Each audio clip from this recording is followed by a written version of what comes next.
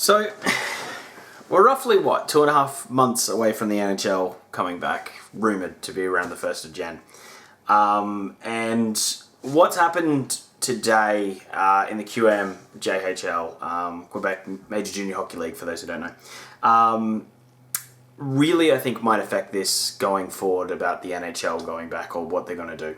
So obviously junior has started up again, and they're flying, but they're going between cities and doing what they need to do. And 26 staff of two teams, Sherbrooke and Bainville and I don't know, it's French, so I'm not going to pretend to say that. Here are their logos. Have tested positive for COVID.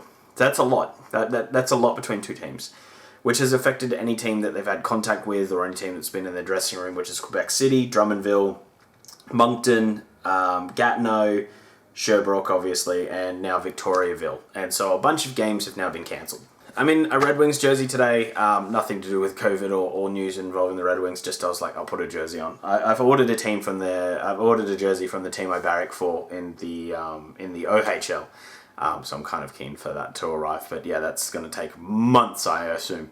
Yeah, so this really does give us a really good outlook of what could happen in the NHL, or something that the NHL might change within their season, looking at this and going, if this is happening in Canada, it's a lot worse in America.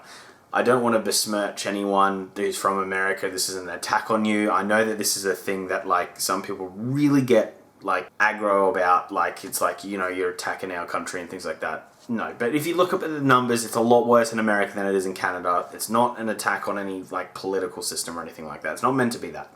So I don't want to see comments like that in the thing. So I wonder what they're going to do when it comes to the season and the way they spread it out. And I have a feeling they're going to have to rejig the way that a usual schedule works and rejig the way that teams obviously travel. Now, it's going to be a little bit easy to do this because concerts aren't happening. So a lot of a lot of concerts and things like that also go hand in hand with NBA, because obviously a lot of hockey arenas and NBA arenas share. They're not going to have to worry about Billy Joel playing in Madison Square Garden, because he's probably not. So it's one of those things that you start to look at and go, right, what makes sense? And I have a feeling it is going to be road trips that you're going to play mostly within your division. I have a feeling they might even make a full Canada division, and then just have them road trip one at a time, and then have a couple of days off when they come back, or something on those lines, just to get a couple of tests before they can replay anyone in Canada. But yeah, I think these guys are going to have a lot of tests. It's the only way you can conceivably do this without infecting a huge amount if you're going to get started. But yeah, I have a feeling the California, Arizona, Vegas, that whole area is going to be a division. And obviously, I think they're just going to move it to 3 quadrants in America and 1 big Canada one. Because the thing is, if this league wants to start up again, we need to know that someone's going to contract this.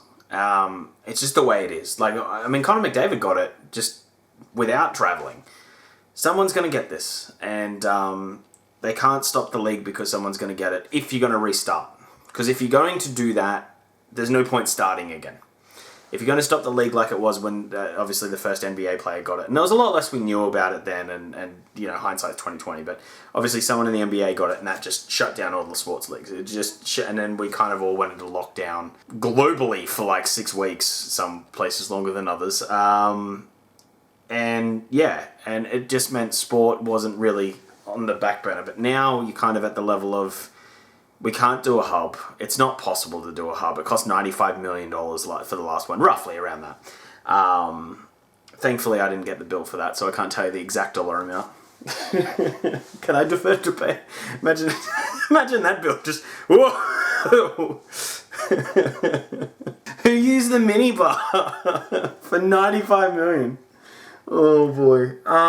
If someone gets in a team, chances are, like we've just seen in the QM, it's going to spread. So you're going to definitely need to do testing, when teams are leaving, when teams are getting there. But I just think it'll be a lot less games. There's a lot of rumors that, we should, try to get as many games as possible and load in these last few months. I think it's the opposite. I think you should play less and just get those games going and figure it out from there.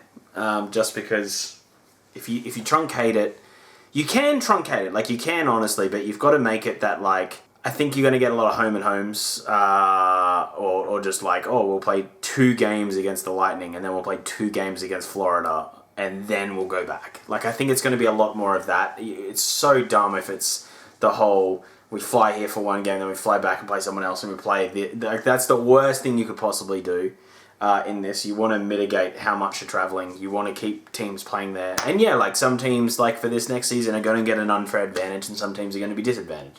Because some teams are going to get to play some of the crap teams a little bit more, or a team that's injury plagued, 3 times in a row, and then some team that goes to play them 3 times in a row when all their stars are back.